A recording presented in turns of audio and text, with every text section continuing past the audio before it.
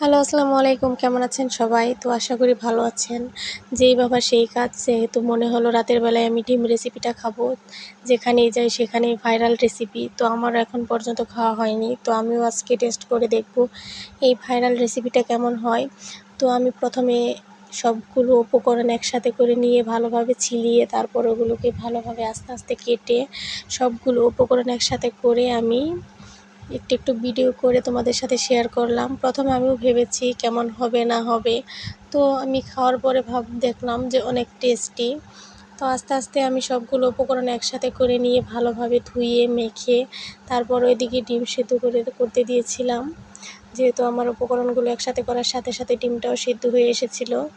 তো এই হলো আমার ফাইনাল লুক। তো কেমন হয়েছে সবাই জানাবে। যে এখনও খাওনি তো খেয়ে দেখবে, অনেক সুস্বাদু ছিল, অনেক মজা ছিল। আমিও খাওয়ার আগে কনফিউজ ছিলাম যে